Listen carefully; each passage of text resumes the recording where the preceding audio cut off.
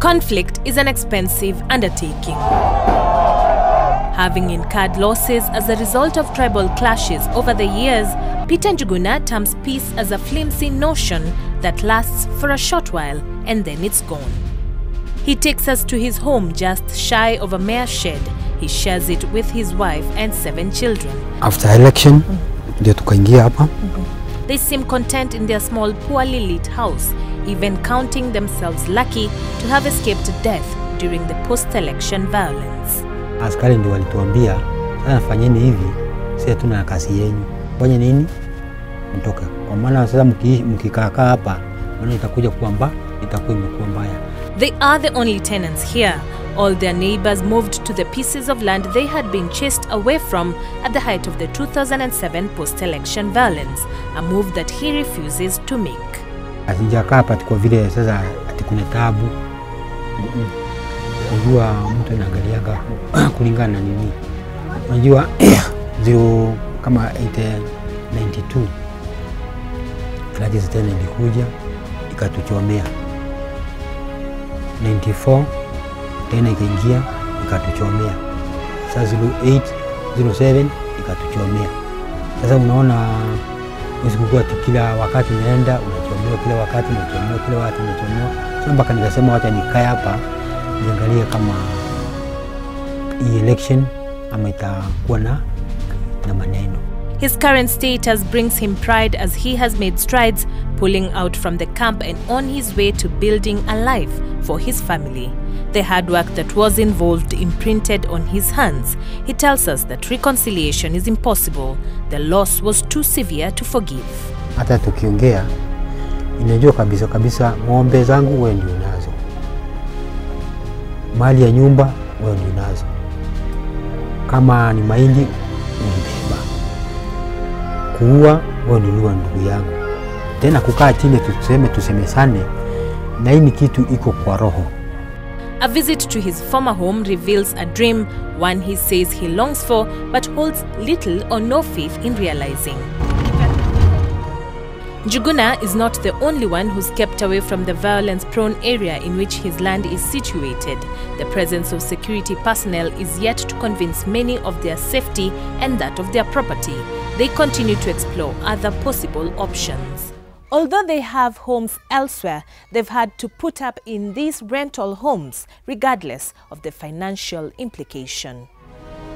Isaac Mushiri has also opted to live in a rented house instead of moving back to his land, situated less than 100 meters from where he currently lives. He remains reluctant to invest in a house that could eventually be torched as happened to his former abode during the conflict.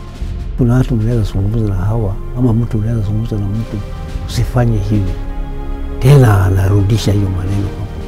Right next to where his house used to stand is a shed that he built when life in the camp became unbearable.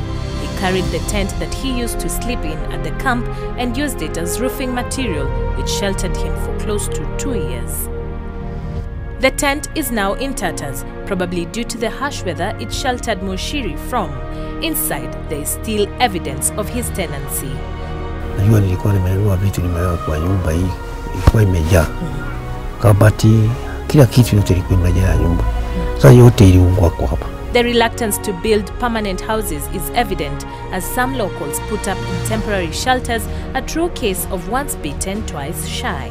Their former homes now stand as shattered ruins, a constant, solid reminder of events they'll rather forget. However, their greatest fear remains a repeat of the same episode. Kama mimi nimekukosea, nimesema sorry, I'll never do it again. Basi, nirudi tena ukuchukuza. On the other side of the divide, a mother mourns a son who remains missing since December 31st, 2007.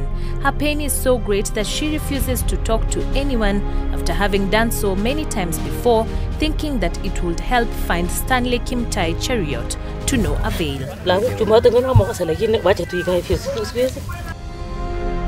Our efforts to convince her to speak are fruitless. We visit her home seeking comment from Kimtai's brother, who says that when his brother went missing, It was as though the solid ground on which he stood was ripped from under him. He is yet to recover. Stanley was to be employed by Faulu Kenya immediately. On first, he was supposed to be reporting his job, and that is why even on that very day, it was the last day for him to carry milk.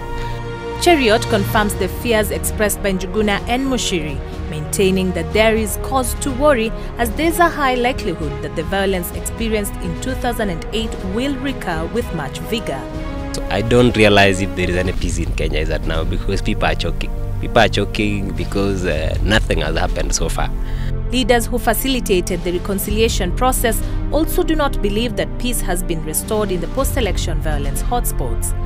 One woman says, "How do you ask me to reconcile with my neighbor when I visit his home or her home? He or she gives me tea in my own cup, and I'm taking tea in my own cup. How do we reconcile?" Tough words to describe an even tougher situation.